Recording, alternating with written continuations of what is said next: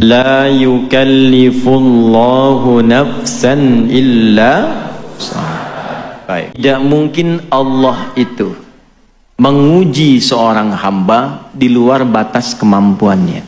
Iman susah. Quran itu perlu pakai iman. Dibuka dengan kalimat iman. Untuk menguatkan iman. Jadi yakinkan dulu pada diri kita. Setelah yakin, tanamkan. Pekerjaan tadinya lancar tiba-tiba hilang, ya kan? Sakit, cicilan belum lunas, dikejar pinjol, dan turunan-turunan lainnya. Yuk kita pindah teknisnya. Bagaimana teknisnya sabar? Bagaimana teknisnya kita mengarahkan ini kembali kepada Allah? 1 Quran surah kedua, ini kita detilkan. Di ayat 286. La yukallifullahu nafsan illa wus'aha. Baik, tahan dulu. Ini saya mumpung ingat saya ijazahkan ya. Ada 2 surah di dalam Al-Quran yang kalau kita rutin menjadikannya zikir,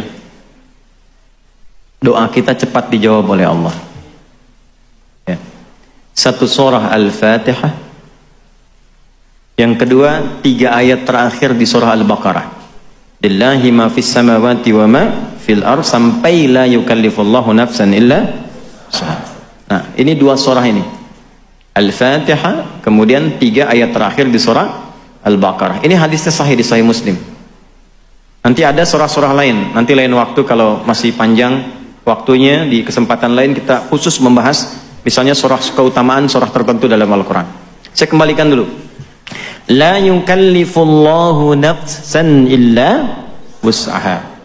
Tidak mungkin Allah itu menguji seorang hamba di luar batas kemampuannya.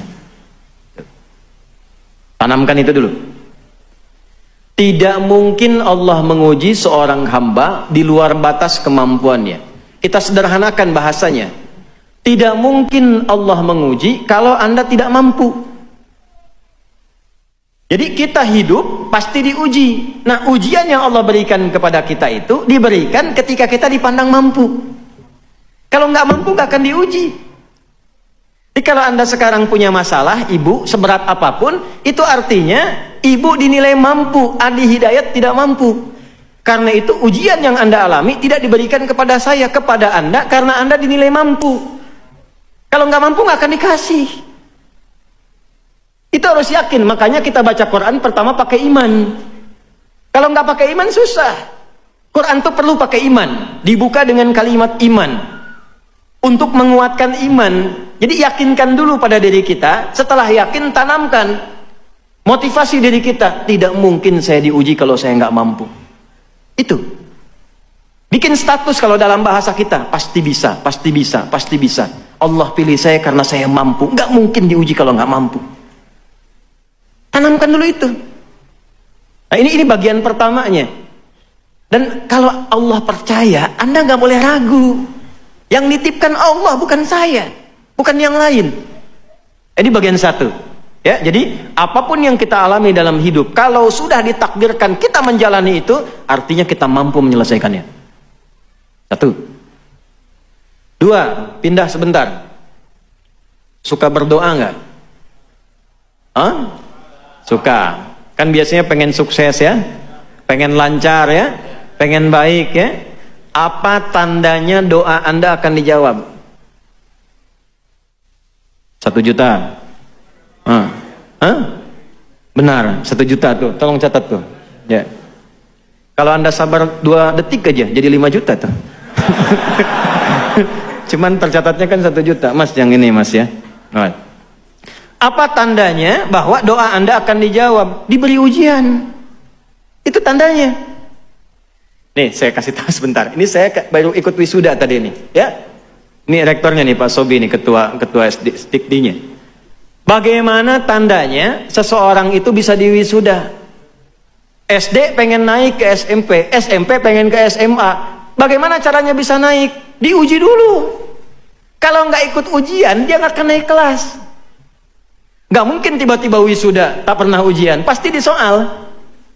Kenapa harus diuji? Supaya diketahui kadar kemampuannya sebelum dia naik ke SMP, ilmunya dipandang telah tepat, mampu menjalani semua kegiatan di SMP. Bisa ngelola nggak?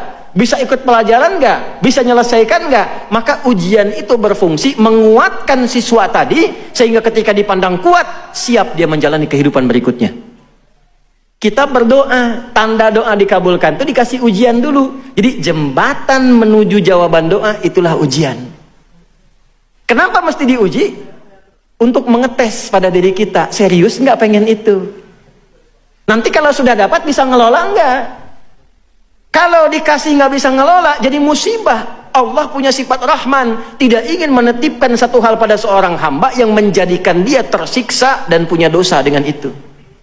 Karena itu ujian datang untuk mengoptimalkan dulu kemampuan kita, sehingga ketika itu diberi telah siap kita menggunakannya. Itu asalnya. Jadi ketika Anda mengalami ujian, itu hasil doa Anda. Anda sendiri yang minta. Itu produk doa.